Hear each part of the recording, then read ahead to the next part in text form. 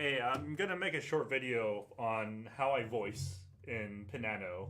I'm certainly no expert at playing this thing. I don't know how to play it all, but this is what I do. So, in case you are watching this video for some reason and you don't know what voicing is, it's, for example, if I hit a bunch of notes, right? Like, you can voice, you can bring out certain notes over others. For example, this is a G sharp E E.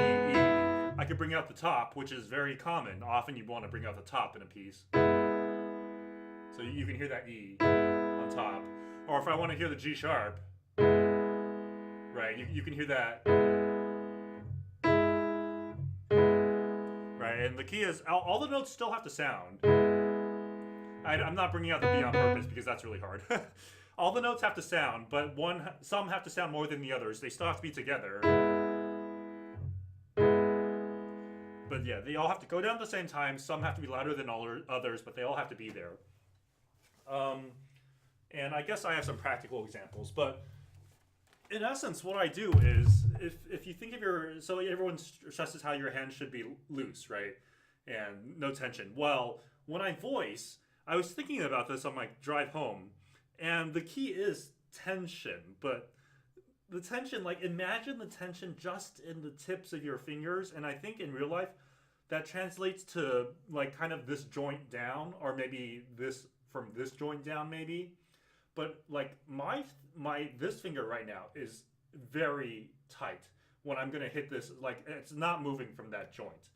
When I hit the note, I just tense up and imagine the tension just at the tips of your fingers, and that's where you hit the. So that wasn't so good because the middle note's hard actually. But my entire hand is loose the same way it would always be, but the finger that I want to voice comes out is tense. Right, so it's really like, yeah, that was the best way I could think of describing it. So of course it's important. I can just demonstrate with a little bit of music because I practiced it a lot in these pieces. So hopefully that helps. For example, in fugues, of course, the fugue subject is this. Whatever. But, there's going to be multiple voices in a hand, so.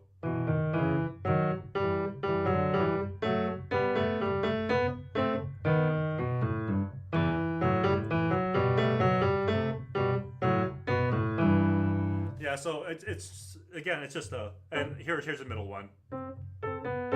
Wait, where am I? I'm stupid. Oh, here. Oh, just kidding. That's the same hand. Oh, here. Okay, here.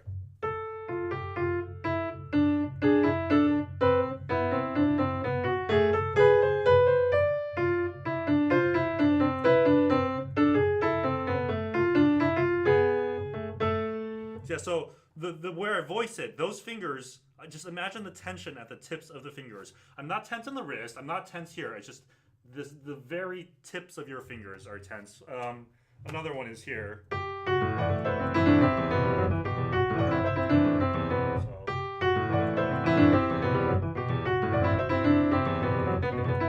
Yeah, so stuff like that. That's the best way I can think of to describe it. A way you can practice it, and it depends on the piece you're playing. But for example, the very very famous Chopin Etude.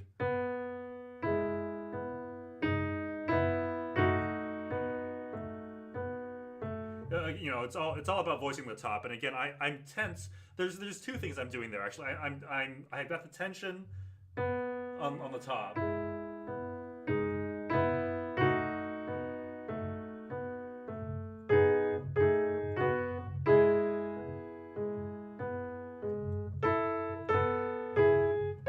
And forgive me, I don't actually play that piece. I haven't practiced it ever. But my point is, the tension on the top. And the second thing I'm doing is. The notes that are, and this only applies to this piece because this is the famous one that came to mind. These notes, my fingers are basically glued to the keys. I do not leave the key, so you can practice this control separately, and use the same fingers you would use when you're actually playing it, but leave the other notes out. So together. my fingers are glued to the keys.